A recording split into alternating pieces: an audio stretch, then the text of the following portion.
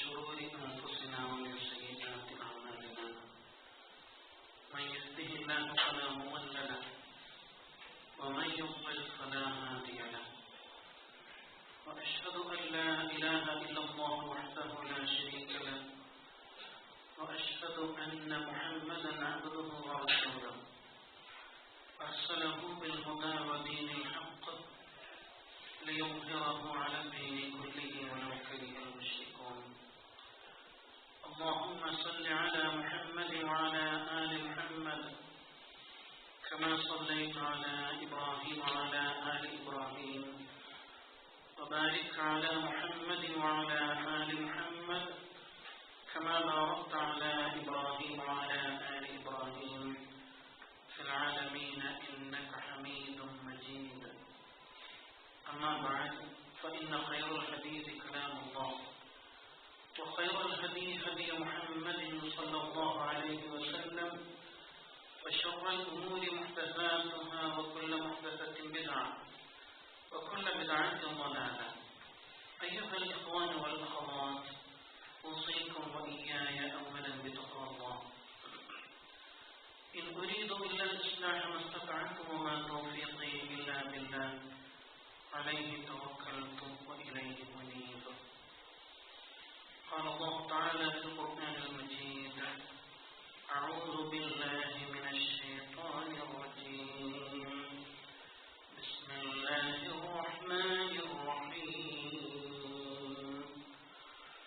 والذين جاءوا من بعدهم يقولون ربنا اغفر لنا ولإخواننا الذين سبقونا بالإيمان ولا تجعل في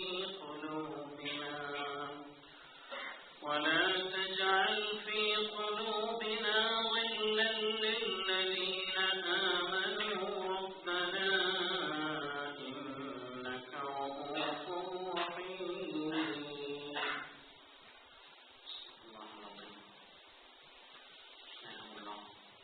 സഹോദരന്മാരെ, സഹോദരിമാരെ, പ്രപഞ്ചങ്ങളെല്ലാം സൃഷ്ടിച്ച് സംരക്ഷിച്ച് പരിപാലിച്ചുകൊണ്ടിരിക്കുന്ന ഏകനായ പടച്ചതമ്പുരാന്റെ കൽപ്പനകൾക്ക് വിധേയമായി നമ്മുടെ ജീവിതത്തിലെ വ്യക്തിപരവും കുടുംബപരവും സാമൂഹികവുമായ എല്ലാ മേഖലകളിലും യഥാവിധി തഖ്വ പാലിക്കുവാൻ, യഥാർത്ഥ മുത്തഖികളായി ജീവിതം നയിക്കുവാൻ എന്നെയും നിങ്ങൾ ഓരോരുത്തരെയും ആദ്യമേ വസിയ്യത്ത് ചെയ്യുകയാണ്, ഉപദേശിക്കുകയാണ്. നമ്മുടെ ഇഹപര ജീവിത വിജയത്തിന് തഖ്വാബോധമല്ലാതെ മറ്റൊരു മാർഗമില്ല. അല്ലാഹു സുബ്ഹാനഹു വ തആല അവന്റെ മുത്തഖികളായ അടിമകളിൽ ഉൾപ്പെടുത്തി നമ്മെ അനുഗ്രഹിക്കുമാറാവട്ടെ.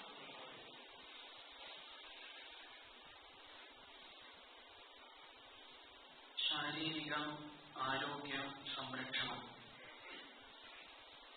വളരെ മുഖ്യമായ ഒരു കാലത്താണ് നാം ജീവിച്ചുകൊണ്ടിരിക്കുന്നത്. ശാസ്ത്രീയമായ ഭക്ഷണക്രമവും ചിട്ടയോടുകൂടിയ വ്യായാമവും നമ്മിൽ പലരും ശീലിച്ചിട്ടുണ്ട്.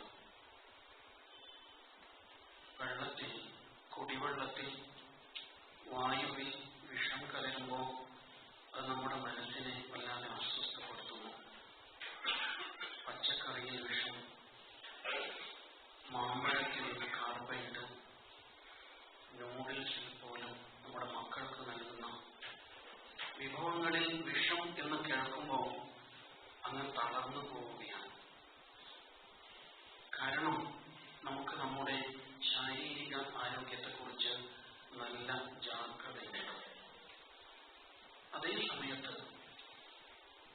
നമ്മുടെ ആന്തരികമായ, നമ്മുടെ മാനസികമായ ആരോഗ്യത്തെക്കുറിച്ചുള്ള നമ്മുടെ കാഴ്ചപ്പാട് എന്താണ്? രണ്ട് അവസ്ഥകൾ നാം എപ്പോഴും അനുഭവിക്കുന്നുണ്ട്. ഒന്ന് ശരീരമാണ്, മറ്റൊന്ന് ആത്മപ്രധാനമാണ്. ഒന്ന് ബാഹ്യമായ നമ്മുടെ ഹാവഭാവങ്ങളാണ്, മറ്റൊന്ന് മനസ്സിന്റെ വ്യാപാരങ്ങളാണ്. ഇവയിൽ നമ്മുടെ മനസ്സുമായി ബന്ധപ്പെട്ട് നമ്മുടെ നിലപാട് എന്താണ്? നമ്മെ അത് അസ്വസ്ഥപ്പെടുത്താറുണ്ടാവും. ഒരാൾ പുകവലിക്കാരനാണ് എന്ന് കേൾക്കുമ്പോൾ ഒരുപക്ഷെ നമുക്ക് അയാളോട് അല്പം അവജ്ഞ തോന്നും. അയാൾ ലഹരി ഉപയോഗിക്കുന്നു എന്ന് കേൾക്കുമ്പോൾ അയാളെക്കുറിച്ച് അങ്ങേയറ്റത്തെ സഹതാപവും വല്ലാത്ത മനപ്രയാസവും നമ്മിൽ അനുഭവപ്പെടാറുണ്ട്. അതേസമയം അയാളുടെ മാനസികാവസ്ഥ ദുഷിച്ചതാണ് എന്ന് വരുമ്പോൾ എന്താണ് നമ്മുടെ സമീപനം? നമുക്ക് നമ്മെക്കുറിച്ച് തന്നെയുള്ള കാഴ്ചപ്പാട് എന്താണ്? അല്ലാഹു സുബ്ഹാനഹു വ തആല ഒരു വിശ്വാസിയെ ഇഷ്ടപ്പെടുന്നത് അയാൾ രണ്ട് തലത്തിൽ ഒരേപോലെ വിശുദ്ധി കൈവരിക്കുമ്പോഴാണ്. ഇന്നല്ലാഹു യുഹിബ്ബു തവ്വാബീൻ വ യുഹിബ്ബുൽ മുതതഹ്ഹിരീൻ. അല്ലാഹു തആല തൗബ ചെയ്യുന്നവരെ, അവനിലേക്ക് ഖേദിച്ച് മടങ്ങുന്നവരെ അഥവാ ആന്തരിക വിശുദ്ധി ആർജിക്കുന്നവരെ ഇഷ്ടപ്പെടുന്നു. വ യുഹിബ്ബുൽ മുതതഹ്ഹിരീൻ, അവൻ ശുദ്ധിയുള്ളവരെയും ഇഷ്ടപ്പെടുന്നു. ആ ശുദ്ധി എന്നത് ബാഹ്യമായത് കൂടിയാണ്. രണ്ട് തരത്തിലും ഇസ്ലാം ശുദ്ധിയെ വ്യാഖ്യാനിക്കുന്നുണ്ട്. ബാഹ്യമായി ഒരാളെ ശുദ്ധിയുടെ അടയാളങ്ങൾ ഉണ്ടെങ്കിൽ തീർച്ചയായും അയാളുടെ മനസ്സും അതേപോലെ തന്നെ ശുദ്ധമായിരിക്കേണ്ടതുണ്ട് എന്നതാണ് ഇസ്ലാമിക കാഴ്ചപ്പാട്. അതുകൊണ്ടാണ് പടച്ചതമ്പുരാൻ റസൂൽ സല്ലല്ലാഹു അലൈഹി വസല്ലമക്ക് നൽകിയ ആദ്യ കൽപ്പനകളിൽ എഴുന്നേൽക്കോ, മുന്നറിയിപ്പ് നൽകണേ എന്ന് പറഞ്ഞ അല്ലാഹു തുടർന്ന് പറയുന്നുണ്ട്, നിന്റെ വസ്ത്രം നീ ശുദ്ധീകരിക്കും. ആന്തരികവും ബാഹ്യവുമായ ശുദ്ധി ഒരേ സമയത്ത് കാത്തു സൂക്ഷിക്കുവാൻ നാം ജാഗ്രത പാലിക്കേണ്ടതുണ്ട് എന്നർത്ഥം. വിഷം കലർന്ന ഭക്ഷണം കഴിക്കാതിരിക്കുന്നതിൽ ജാഗ്രത പുലർത്തുന്ന വിശ്വാസി തന്റെ മനസ്സ് വികലമായ പലതരം ദുസ്വഭാവങ്ങളുടെ വിഷാംശങ്ങൾ കലരുന്നതിനെ കുറിച്ച് അത്രയൊന്നും ജാഗ്രതയുള്ളവനല്ല. മനസ്സ് എത്ര തന്നെ ദുഷിച്ചാലും നാം അത് അംഗീകരിച്ചു കൊടുക്കാൻ സന്നദ്ധമല്ല എന്നുള്ളതാണ്. അതാണ് പലപ്പോഴും സംഭവിക്കുന്നത്. നമ്മുടെ മനസ്സ് ദുഷിച്ചിരിക്കുന്നു, അത് ചീഞ്ഞ് നാറി തുടങ്ങിയിരിക്കുന്നു, മറ്റുള്ളവർക്ക് അതിന്റെ ദുർഗന്ധം അനുഭവപ്പെട്ടു തുടങ്ങിയിരിക്കുന്നു എന്ന് വരുമ്പോൾ പോലും നാം കൃത്രിമമായ സുഗന്ധദ്രവ്യങ്ങൾ പൂശി നടക്കുവാൻ തന്നെയാണ് ആഗ്രഹിക്കുക എന്നുള്ളതാണ്. ഇവിടെയാണ് മനസ്സിന്റെ വിശുദ്ധി എത്രത്തോളമാണ് നമ്മിൽ ഉണ്ടാകേണ്ടത് എന്ന ഒരു ആത്മപരിശോധന തീർച്ചയായും നടത്തേണ്ടത്. നിർമ്മലമായ മനസ്സ് തീർച്ചയായും സുഗന്ധം പരത്തുന്ന ഒരു പുഷ്പം പോലെയിരിക്കും. ആ സാമീപ്യം ആരും കൊതിച്ചു പോകും. അദ്ദേഹം കടന്നു വരുമ്പോൾ തന്നെ നല്ല ഒരു ഇളം തെന്നലിന്റെ സാമീപ്യവും കൃത്യതയും ആളുകൾ അനുഭവിക്കുന്നത് കാണാം. അങ്ങനെയാണല്ലോ നമ്മളെല്ലാവരും അത് ആഗ്രഹിക്കുന്നുണ്ട്. പക്ഷേ ഞാൻ ആഗ്രഹിക്കുന്നത് എന്നിൽ നിന്ന് മറ്റുള്ളവർക്ക് ലഭിക്കുന്നുണ്ടോ എന്നതിനെ കുറിച്ച് പലപ്പോഴും നാം അത്ര ജാഗ്രതയുള്ളവരല്ല എന്നതാണ് നമ്മുടെ പ്രശ്നം. പകയില്ലാത്ത, വിദ്വേഷമില്ലാത്ത, അസൂയയില്ലാത്ത വളരെ വിശുദ്ധമായ നിർമ്മലമായ മാനസികാവസ്ഥ എന്നത് മറ്റൊരാൾക്ക് നൽകാവുന്ന ഏറ്റവും മഹത്തായ ഒരു പുണ്യമായിരിക്കും, ഏറ്റവും നല്ല സമ്മാനമായിരിക്കും. ഒരു യുദ്ധം കഴിഞ്ഞപ്പോൾ റസൂൽ സല്ലല്ലാഹു അലൈഹി വസല്ലം യുദ്ധാർജിത സമ്പത്തുകൾ, ഗനീമത്ത് മുതലുകൾ മുഴുവനും മറ്റുള്ളവർക്ക് കൊടുത്തപ്പോൾ അൻസാറുകൾ റസൂൽ സല്ലല്ലാഹു അലൈഹി വസല്ലം ചോദിച്ചു, അല്ല റസൂലേ, ഞങ്ങൾക്കൊന്നുമില്ലേ? മുഴുവനും മറ്റുള്ളവർക്ക് കൊടുത്തു കളഞ്ഞല്ലോ. ഉടനെ റസൂൽ സല്ലല്ലാഹു അലൈഹി വസല്ലം നൽകിയൊരു മറുപടിയുണ്ട്. സമ്പത്ത് മുഴുവനും അവർ കൊണ്ടുപോയെങ്കിലും ഞാനില്ലേ നിങ്ങളോടൊപ്പം? ഞാനില്ലേ നിങ്ങൾക്ക് കൂട്ടായിട്ട്? ഇതിനുമൊപ്പം മറ്റെന്ത് സമ്മാനമാണ് നിങ്ങൾ ആഗ്രഹിക്കുന്നത് എന്നുള്ളതാണ് ആ ചോദ്യത്തിന്റെ അർത്ഥം. എന്തൊരു ആത്മവിശ്വാസമാണ്! തന്റെ സാമീപ്യം തന്റെ സഖാക്കളെ വല്ലാതെ കൊതിപ്പിക്കുന്നുണ്ട് എന്ന് റസൂൽ സല്ലല്ലാഹു അലൈഹി വസല്ലം തിരിച്ചറിയുന്നുണ്ട്. അല്ലാഹു തആല അത് സാക്ഷ്യപ്പെടുത്തിയില്ലേ? എത്ര സൗമ്യമായാണ് താങ്കൾ അവരോട് വർത്തിക്കുന്നത്. അത് ദിവ്യകാരുണ്യത്തിന്റെ അംശമാണ്.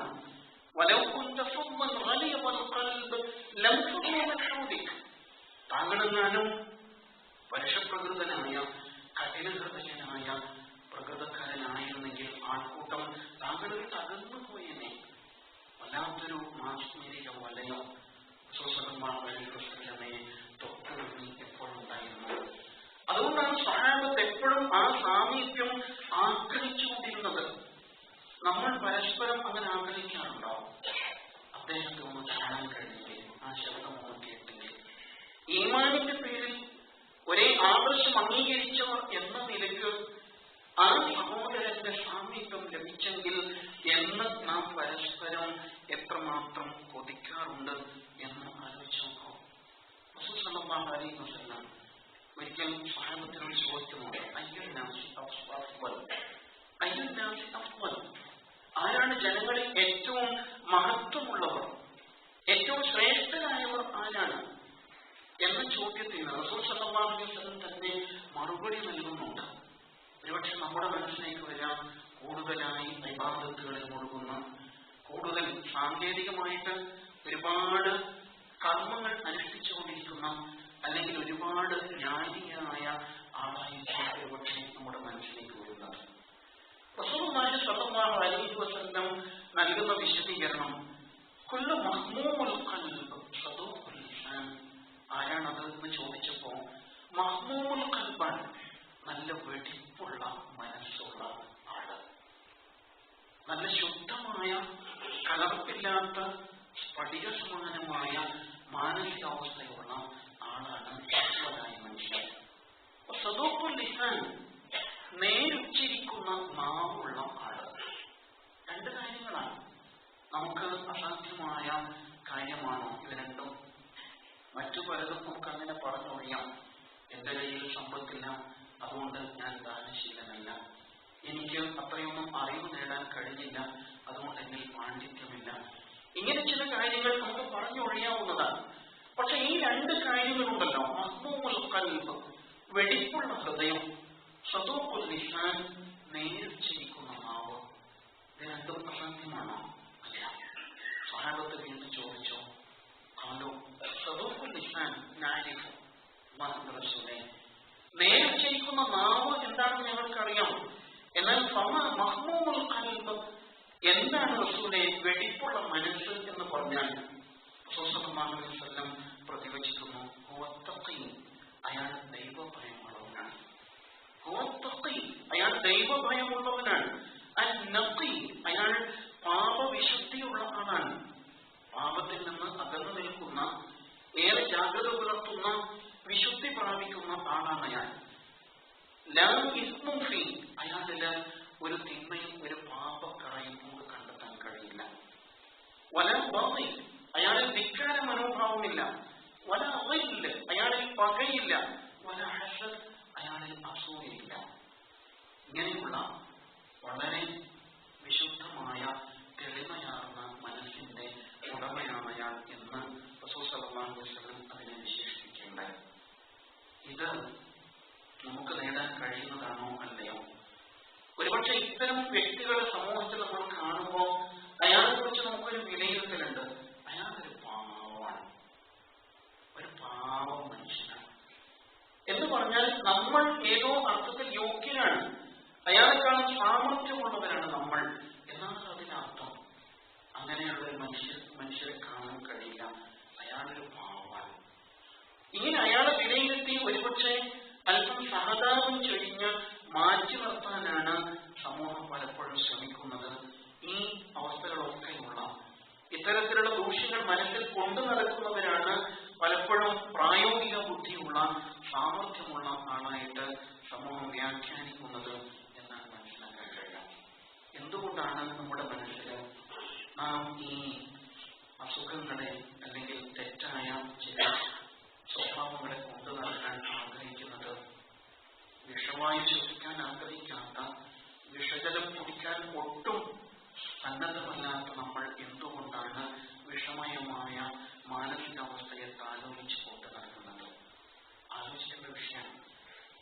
അതാണല്ലോ പലപ്പോഴും നമ്മൾ ഷുഗറും പ്രഷറും ശാരീരികമായ അസന്തുലിതാവസ്ഥകൾ സൃഷ്ടിക്കുന്നതിൽ മുഖ്യം മനസ്സിന്റെ അസന്തുലിതാവസ്ഥയാണ്.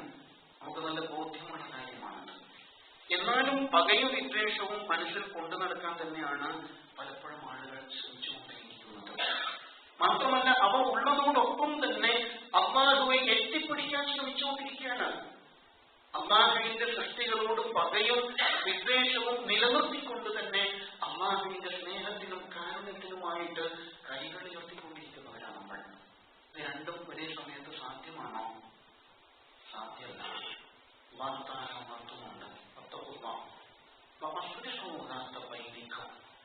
നിങ്ങൾ അല്ലാഹുവിനെ സൂക്ഷിക്കുകയും ബൈനിക്കും നിങ്ങൾക്കിടയിലുള്ള പരസ്പര ബന്ധം നന്നാക്കുകയും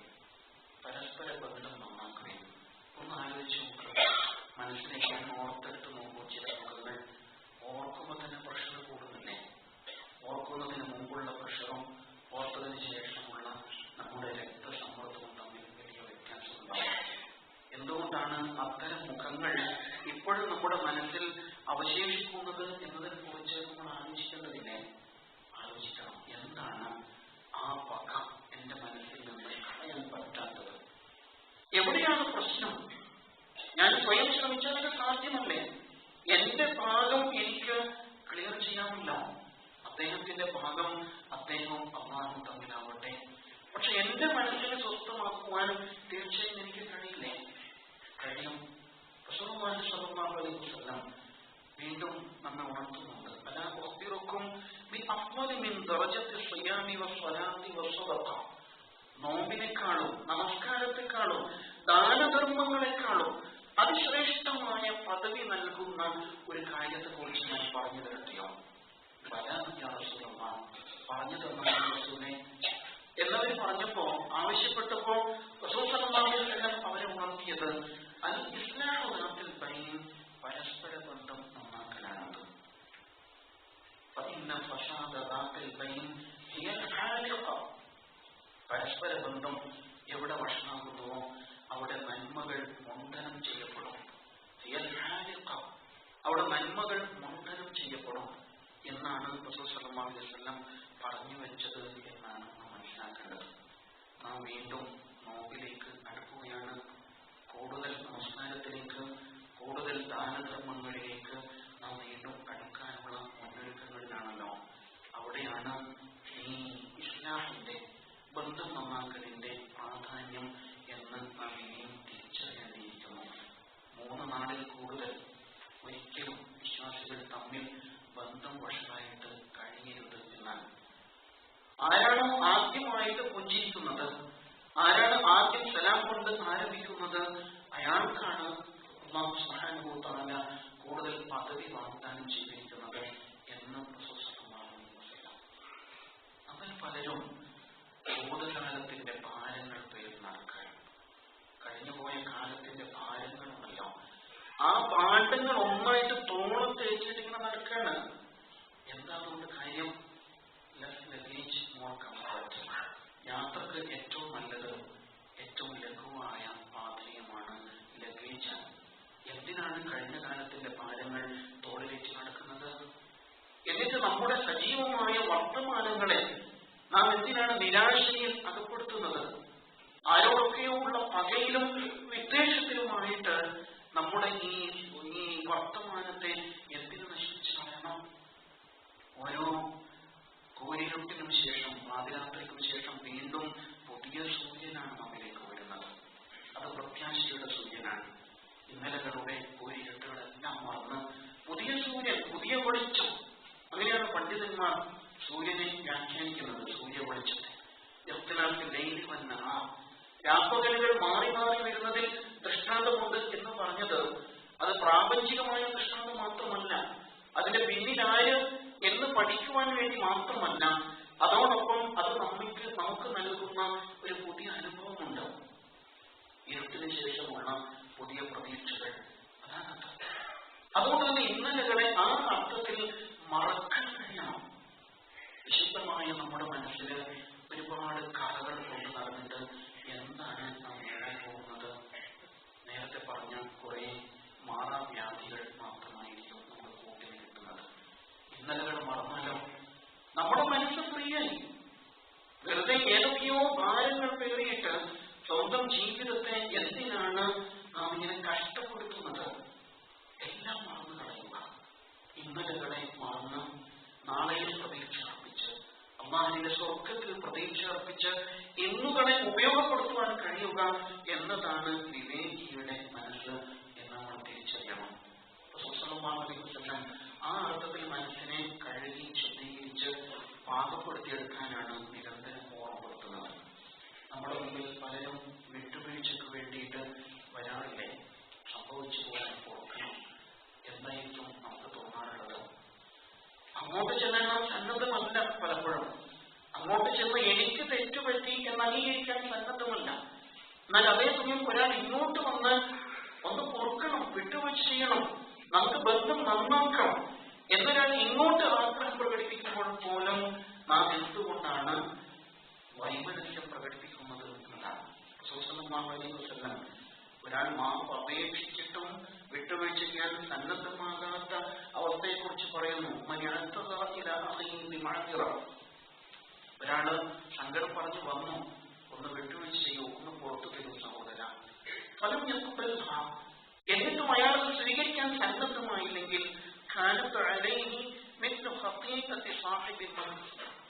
അയാൾക്ക് മേൽ വലിയൊരു പാപഭാരമുണ്ട്. മറ്റൊരാളിൽ നിന്ന് അയാളുടെ അവകാശം തട്ടിപ്പറിച്ചതുപോലുള്ള പാപഭാരമാണ് അയാൾ പേറുന്നത്. ഒരാൾ പോക്കറ്റ് അടിച്ചതുപോലെയാണ്. ഒരാളുടെ പോക്കറ്റിലുള്ള കാശ് അന്യായമായിട്ട് നാം തട്ടിപ്പറിച്ചതുപോലെ. തന്റെ സഹോദരനിൽ നിന്ന് വിട്ടുവീഴ്ച അനുഭവിക്കുക എന്നത് ഒരു സഹജീവിയുടെ ധാർമ്മികമായ അവകാശമാണ്. ആ അവകാശം നാം വഹിച്ചു കൊടുക്കുന്നില്ലെങ്കിൽ തീർച്ചയായും അയാളുടെ കൈവശമുള്ള ഒരു സമ്പാദ്യം നാം തട്ടിപ്പറിച്ചതുപോലെയാണ്. അയാളുടെ സ്വസ്ഥത നാം തട്ടിപ്പറിച്ചില്ലേ? അയാൾക്ക് സ്വസ്ഥമായിട്ട് ഉറങ്ങാൻ കഴിയുമോ? സാധ്യമല്ല. എന്തിനാണ് നാം അത് തട്ടിപ്പറിച്ചെടുക്കുന്നത്? അതിനാൽ അങ്ങനെ അക്രമപരമായിട്ട് മറ്റൊരാളുടെ അവകാശം തട്ടിപ്പറിക്കുന്നതിന് തുല്യമായിരിക്കും അത് എന്ന് റസൂൽ സ്വല്ലല്ലാഹു അലൈഹി വസല്ലം ഒരിക്കൽ പ്രവാചകൻ സഹാബത്തിനോട് ചോദിച്ചു, ആരാണ് ദുഷ്ടൻ എന്നറിയാമോ? റസൂലേ, വിരോധമില്ലെങ്കിൽ അന്ന് പറഞ്ഞു തന്നാലോ? റസൂൽ സ്വല്ലല്ലാഹു അലൈഹി വസല്ലം പറഞ്ഞു കൊടുത്തു, ആളുകളിൽ നിന്ന് അകന്നു നിൽക്കുന്നവൻ, മറ്റുള്ളവരുടെ പ്രശ്നങ്ങളിൽ താല്പര്യമില്ലാത്തവൻ, തന്റെ കീഴിലുള്ളവരോട് കാർക്കശ്യം പുലർത്തുന്നവൻ, അവർക്കൊന്നും കൊടുക്കാതെ അവരുടെ അവകാശങ്ങൾ പോലും നൽകാതെ പ്രയാസപ്പെടുത്തുന്നവൻ എന്ന് പറഞ്ഞു. വീണ്ടും റസൂൽ സ്വല്ലല്ലാഹു അലൈഹി വസല്ലം ചോദിക്കുകയാണ്, അതിലും മോശമായവർ ആരാണെന്ന് നിങ്ങൾക്കറിയാമോ? ഇല്ല. പറഞ്ഞു തന്നാലും. മറ്റുള്ളവരോട് പക വെച്ച് പുലർത്തുന്നവൻ, ജനം വെറുത്തുകൊണ്ടിരിക്കുന്ന ആളുകൾ. ഓർക്കുമ്പോൾ മനസ്സിൽ ഓർക്കുമ്പോൾ തന്നെ ഉണ്ടല്ലോ പ്രഷർ കൂടുന്ന, മറ്റുള്ളവരുടെ മനസ്സിൽ വിദ്വേഷം രൂപപ്പെടുന്ന തരത്തിലുള്ള പ്രകൃതമുള്ള ആളുകൾ. അതിലും ദുഷ്ടൻ ആരാണെന്ന് നിങ്ങൾക്കറിയാമോ? റസൂൽ സ്വല്ലല്ലാഹു അലൈഹി വസല്ലം വീണ്ടും പറയാണ്, പ്രവാചകൻ ഒരിക്കലും ഒരാളെ കുറ്റപ്പെടുത്തി പറയില്ല. പക്ഷെ അതേ സമയത്ത് ഒരാളിലെ ദുഷിച്ച മാനസികാവസ്ഥയെ ബോധ്യപ്പെടുത്താൻ വേണ്ടി റസൂൽ സ്വല്ലല്ലാഹു അലൈഹി വസല്ലം ഈ ശൈലി സ്വീകരിക്കുകയാണ്. ആരാണ് അതിലും ദുഷ്ടൻ? തെറ്റ് പുറത്തു കൊടുക്കാത്തവൻ, മറ്റുള്ളവർക്ക് തെറ്റ് പുറത്തു കൊടുക്കാത്തവൻ, മാപ്പ് അപേക്ഷ സ്വീകരിക്കാത്തവൻ. അതിലും ദുഷ്ടൻ ആരാണെന്ന് നിങ്ങൾക്കറിയാമോ? ജനം ആകാംക്ഷയോടെ കാത്തുനിന്നപ്പോൾ റസൂലുള്ളാഹി പറഞ്ഞു, ഒരു നന്മയും പ്രതീക്ഷിക്കാനില്ലാത്ത, തികച്ചും നന്മകളാൽ നിസ്സനായി പോയ ആളായി. അങ്ങനെയുണ്ടല്ലോ, മുഖത്തേക്ക് നോക്കുമ്പോൾ ഒരു പുഞ്ചിരി പോലും പ്രതീക്ഷിക്കാൻ കഴിയാത്ത, അങ്ങേയറ്റം വരണ്ടുപോയ മാനസികാവസ്ഥയുള്ള ആളാണ് ഏറ്റവും ദുഷ്ടൻ എന്നുകൂടി റസൂലുള്ളാഹി സ്വല്ലല്ലാഹു അലൈഹി വസല്ലം എടുത്തു പറയുകയാണ്. ഒരാളിൽ നിന്ന് നാം കയ്യേറ്റം ചെയ്യുന്ന ഏറ്റവും വിലപ്പെട്ട മൂല്യം എന്താണെന്ന് ചോദിച്ചാൽ അയാളുടെ അഭിമാനമായിരിക്കും. ഈ നിലപാട് സ്വീകരിക്കുമ്പോൾ അങ്ങേയറ്റത്തെ പകയും വിദ്വേഷവും നെഞ്ചകത്ത് കുത്തി നിറച്ച് നടക്കുമ്പോൾ സ്വാഭാവികമായും മറ്റുള്ളവരുടെ അഭിമാനമാണ് അവിടെ ക്ഷതപ്പെടുന്നത്. റസൂലുള്ളാഹി സ്വല്ലല്ലാഹു അലൈഹി വസല്ലം ഈ വിഷയത്തിൽ ഒരുപാട് കാര്യങ്ങൾ വീണ്ടും ഉണർത്തുന്നുണ്ട്. ശുദ്ധമായ മനസ്സ് ബന്ധം നന്നാക്കലിലൂടെ മാത്രമേ സാധ്യമാവുകയുള്ളൂ. ഒരു ഹദീസ് നമ്മെ അത്ഭുതപ്പെടുത്തുന്നതാണ്. നമ്മുടെ കർമ്മങ്ങൾ, വിശ്വാസികളുടെ കർമ്മങ്ങൾ ഓരോ ആഴ്ചയും അല്ലാഹുവിങ്കൽ വിലയിരുത്തപ്പെടുന്നുണ്ടത്രേ. എല്ലാ തിങ്കളാഴ്ചയും എല്ലാ വ്യാഴാഴ്ചയും നമ്മുടെ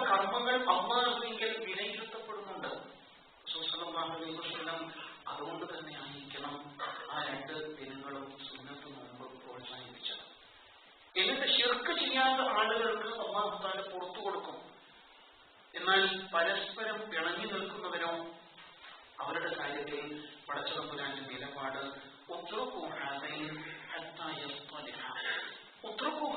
ആ രണ്ടുപേരെയും മാറ്റി നിർത്തും. അവർ ബന്ധം നന്നാക്കുന്നത് വരെ അവരുടെ റിസൾട്ട് വിധേയനാണ്, മാറ്റിവെക്കപ്പെട്ടിരിക്കുകയാണ് എന്ന് റസൂൽ സല്ലല്ലാഹു അലൈഹി വസല്ലം. പക്ഷെ എന്നിട്ടും നമ്മൾ അല്ലാഹുവിലേക്ക് അടുക്കാൻ ശ്രമിക്കുന്നു, നോമ്പെടുക്കാൻ വേണ്ടി ഒരുങ്ങുന്നു, നമസ്കരിക്കുന്നു, പ്രാർത്ഥിക്കുന്നു, സ്വീകാര്യമാവില്ലെത്തായി. നമസ്കാരം കൊണ്ട് പ്രയോജനമില്ലാത്ത, നമസ്കാരം കൊണ്ട് പദവിയിൽ ഉയർച്ച ലഭിക്കാത്ത ആളുകളെ റസൂൽ സല്ലല്ലാഹു അലൈഹി വസല്ലം പരിചയപ്പെടുത്തി. അതിൽ ഒരാള് ജനം ഇഷ്ടപ്പെടാത്ത നേതാവാണ്. ജനങ്ങൾ ഇഷ്ടപ്പെടാതിരുന്നിട്ടും ജനങ്ങളുടെ നേതാവായിട്ട് അവരെ പ്രയാസപ്പെടുത്തുന്ന നേതാവ്. രണ്ടാമത്തെ ആള് തന്റെ ഇണം ഇഷ്ടപ്പെടാത്ത അവസ്ഥയിൽ രാത്രി കഴിച്ചു പോകുന്ന ആൾ. തന്റെ ഇണ ഇഷ്ടപ്പെടാത്ത അവസ്ഥയിൽ, ഭാര്യയുമാകാം ഭർത്താവുമാകാം, ആ അവസ്ഥയിൽ രാത്രി കഴിച്ചു കൂട്ടുന്ന ആൾക്ക് അയാളുടെ നമസ്കാരം പ്രയോജനപ്പെടില്ല. മൂന്നാമതായിട്ട് പറഞ്ഞത് പരസ്പര ബന്ധം വേർപെടുത്തിയ രണ്ട് സഹോദരങ്ങൾ. നമസ്കാരം കൊണ്ട് മനസ്സ് ശുദ്ധമാവുക അങ്ങനെയുണ്ടല്ലോ. ഇപ്പൊ നമ്മൾ ജുമാ നമസ്കരിക്കാൻ പോവാണ്, നേരത്തെ ഉള്ള അവസ്ഥയിൽ നിന്ന് അല്പം കൂടി വിശുദ്ധിയുള്ള, കുറച്ചുകൂടി ശുദ്ധമായ മാനസികാവസ്ഥയിലേക്കും ചിന്താഗതിയിലേക്കും ഉയരാൻ കഴിയാത്ത അവസ്ഥ ഉണ്ടെങ്കിൽ നമുക്ക് ആരുമായോ ഇപ്പോഴും വിദ്വേഷവും പകയും നിലനിൽക്കുന്നുണ്ട് എന്നാണ് അതിന്റെ അർത്ഥം. നമ്മളൊക്കെ പരിതപിക്കാറുണ്ടല്ലോ, എത്ര നമസ്കരിച്ചിട്ടും എന്റെ സ്വഭാവത്തെ നന്നാക്കാൻ കഴിയുന്നില്ല. അതിനൊരു കാരണം ഇതായിരിക്കും. മുഅ്മിനിന്റെ മുത്തഖിയുടെ ഗുണങ്ങളിൽ ഖുർആൻ എടുത്തു പറയുന്നു, കോപത്തെ കടിച്ചമർത്തുന്നവരാണ് അവർ. കൗമ എന്ന് പറഞ്ഞാൽ നിറഞ്ഞ തോൽപാത്രം തുളുമ്പിപ്പോകാതിരിക്കാൻ വേണ്ടിയിട്ട് വരിഞ്ഞു മൂക്കി കെട്ടുന്നതിനാണ് പറയുക. കെട്ടിവെക്കണം കോപത്തെ, തുളുമ്പരുത് എന്നർത്ഥം. അപ്പോൾ ആഫീനാലിന, ജനങ്ങളോട് വിട്ടുവീഴ്ചയുള്ളവൻ. എന്താണ് ആഫ്? മണലിൽ ഉള്ള കാൽപ്പാടുകളെ കാറ്റ് നല്ല നല്ല മായ്ച്ചു കളയുന്നില്ലേ? കാറ്റടിക്കുമ്പോൾ മണലിങ്ങനെ പാറി വീണിട്ട് മാഞ്ഞു പോകും പോലെ നമ്മുടെ മനസ്സിൽ മറ്റുള്ളവരോടുള്ള വിദ്വേഷങ്ങളെ മെല്ലെ മെല്ലെ സ്വാഭാവികമായിട്ട് മായ്ച്ചു കളയണം എന്നാണ് അതിന്റെ അർത്ഥം. തീർച്ചയായും വിശുദ്ധ റമദാനിനെ പ്രതീക്ഷയോടെ കാത്തിരിക്കുമ്പോൾ നമ്മുടെ മനസ്സുകൾ ചികഞ്ഞു നോക്കണം. എവിടെയോ അല്പം കോപത്തിന്റെ, വിദ്വേഷത്തിന്റെ വിഷാംശം കലർന്നിരിപ്പുണ്ടോ എന്ന്. അങ്ങനെ ഒരു മാറ്റത്തിന് സന്നദ്ധമാവുക എന്നതാണ് നമ്മുടെ ബാധ്യത. വിശുദ്ധ ഖുർആൻ മുഅ്മിനീങ്ങളുടെ പരസ്പര ബന്ധം, അവരുടെ പരസ്പരമുള്ള പ്രാർത്ഥനയിലൂടെ ബോധ്യപ്പെടുത്തുന്നുണ്ട്. റബ്ബനാ ഇഗ്ഫിർ ലനാ, പടച്ചോനെ ഞങ്ങളോട് കൊടുക്കണം. വലിഖ്വാനിനാ അല്ലദീന സബഖൂനാ ബിൽ ഈമാൻ, ഞങ്ങൾക്ക് മുമ്പേ ഈമാനുമായിട്ട് കടന്നുപോയവർക്കും നീ പുറത്തു കൊടുക്കണം, കഴിഞ്ഞ തലമുറക്ക്. വലാ തജഅൽ ഫീ ഖുലൂബിനാ ഗില്ലൻ ലില്ലദീന ആമനൂ, സത്യവിശ്വാസികൾക്ക് ഞങ്ങളുടെ മനസ്സിന് യാതൊരു പകയും നീ അവശേഷിപ്പിക്കരുത് റബ്ബേ. റബ്ബനാ ഇന്നക റഊഫുർ റഹീം, നീ ഏറെ അലിവുള്ളവനും കരുണാനിധിയുമല്ലോ. ഈയൊരു വിശുദ്ധമായ സ്ഫടിക സമാനമായ മാനസികാവസ്ഥ കൈവരിക്കുവാൻ തൗഫീഖ് നൽകണം.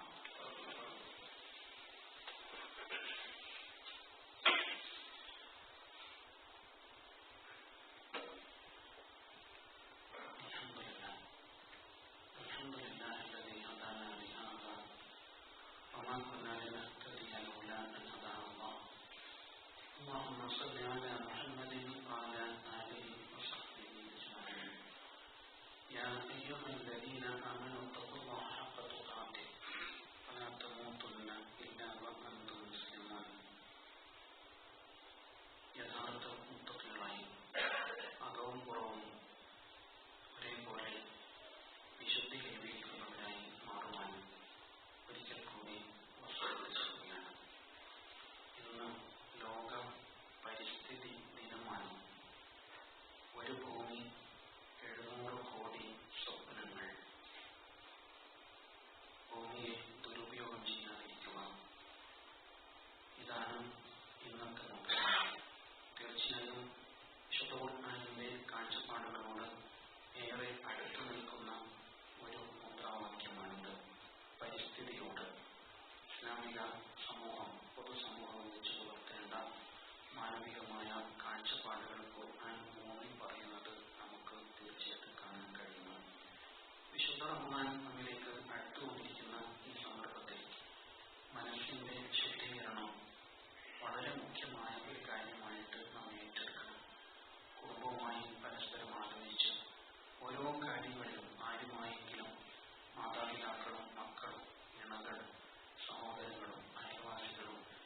മറ്റുള്ളവരുമൊക്കെ എവിടെയെങ്കിലും വല്ല വിധത്തിലുമുള്ള വിള്ളലുകളും ബന്ധങ്ങളും സംഭവിച്ചിട്ടുണ്ടെങ്കിൽ അത് നേരെയാക്കാൻ വളരെ ആത്മാർത്ഥമായ ശ്രമം നമ്മുടെ ഭാഗത്ത് നിന്നും ഉണ്ടായിരിക്കുന്നു. എങ്കിൽ മാത്രമാണ് നമ്മുടെ സാമൂഹിക മാനസികാവസ്ഥയെ നന്നാക്കിയെടുക്കാൻ കഴിയുകയുള്ളൂ എന്ന് നമുക്ക് നല്ല ബോധ്യമുണ്ടാകും. പടച്ചതമ്പുരാൻ ആ ഒരു അവസ്ഥയിൽ വരാനിരിക്കുന്ന റമദാനിനെ സ്വാഗതം ചെയ്യാൻ നമുക്ക് തൗഫീഖ് നൽകുമാറാണ്. രോഗങ്ങളാലുള്ള പരീക്ഷണം വർദ്ധിച്ചുകൊണ്ടേയിരിക്കുകയാണ്. നമ്മുടെ ഒരു സഹോദരൻ മൂത്രസംബന്ധമായ അസുഖത്തെ തുടർന്ന് പ്രയാസകരമായ അവസ്ഥയിലാണ്. അദ്ദേഹം ദുആ ചെയ്യാൻ വേണ്ടി ആവശ്യപ്പെട്ടിട്ടുണ്ട്. വേറൊരു സഹോദരൻ ഇന്നലെ കിഡ്നി ട്രാൻസ്പ്ലാന്റേഷൻ ഓപ്പറേഷന് വിധേയനായി. വേറെ 2 പേര് ഹൃദയം തുറന്നുള്ള ശസ്ത്രക്രിയക്ക് വിധേയരായി. ഇതൊക്കെ അറിവിലുള്ള പേരുകൾ മാത്രമാണ്. അതിനപ്പുറത്ത് ഒരുപാട് സഹോദരി സഹോദരങ്ങൾ നമ്മുടെ മുമ്പിലുണ്ടാവും. നമ്മുടെയൊക്കെയും പ്രാർത്ഥന ഇപ്പം അത് തന്നെയാണ്. പഠിച്ചത് ഈ റമദാനിന് ആരോഗ്യപൂർവ്വം ആരോഗ്യത്തോടുകൂടി സാക്ഷ്യമാകുവാൻ വിഭാഗത്തിൽ നിന്നുവാൻ ഞങ്ങൾക്കെല്ലാം നീ തൗഫീഖ് നൽകണമേ. ഞങ്ങളിലെ രോഗികൾക്കെല്ലാം ശിഫ നൽകി അനുഗ്രഹിക്കണമേ. അതേപോലെ ഒരു ഉമ്മ തന്റെ കുടുംബപരമായ അസ്വസ്ഥതയെക്കുറിച്ച് ഓർമ്മപ്പെടുത്തണം. പഠിച്ചവനെ ആ ഉമ്മയ്ക്ക് തന്റെ കുടുംബത്തിൽ മനസ്സമാധാനത്തോടുകൂടി കഴിയുവാനുള്ള അന്തരീക്ഷം നൽകി നീ അനുഗ്രഹിക്കണമേ. നമ്മുടെ പള്ളിയുമായി നിരന്തര ബന്ധമുള്ള ഡോക്ടർ അബ്ദുൽ അസീസ് കല്ലൂരിലെ ഡോക്ടറാണ്. കഴിഞ്ഞ ദിവസം അദ്ദേഹം നമ്മിൽ നിന്ന് യാത്രയായി. അല്ലാഹുവേ, അദ്ദേഹത്തിന് മഗ്ഫിറത്തും റഹ്മത്തും നൽകി അനുഗ്രഹിക്കണമെന്നാണ്. പഠിച്ചവനെ, ഞങ്ങളിൽ നിന്ന് മരണപ്പെട്ടു പോയ ഉമ്മമാർക്കും മാതാക്കൾക്കും ബന്ധുമിത്രാദികൾക്കുമെല്ലാം നീ മഗ്ഫിറത്ത് നൽകി അനുഗ്രഹിക്കണമേ. അവരെയും ഞങ്ങളെയും നിന്റെ ജന്നത്തുൽ ഫിർദൗസിൽ നാളെ ഒരുമിച്ച് ചേർക്കണമെന്നതാണ്. اللهم اغفر للمؤمنين والمؤمنات والمسلمين والمسلمات الأحياء منهم والأموات إنك مجيب الدعوات يا قاضي الحاجات. ربنا آتنا في الدنيا حسنة وفي الآخرة حسنة وقنا عذاب النار. اللهم أجرنا من النار. اللهم أجرنا من النار. اللهم أجرنا من النار. اللهم أعز الإسلام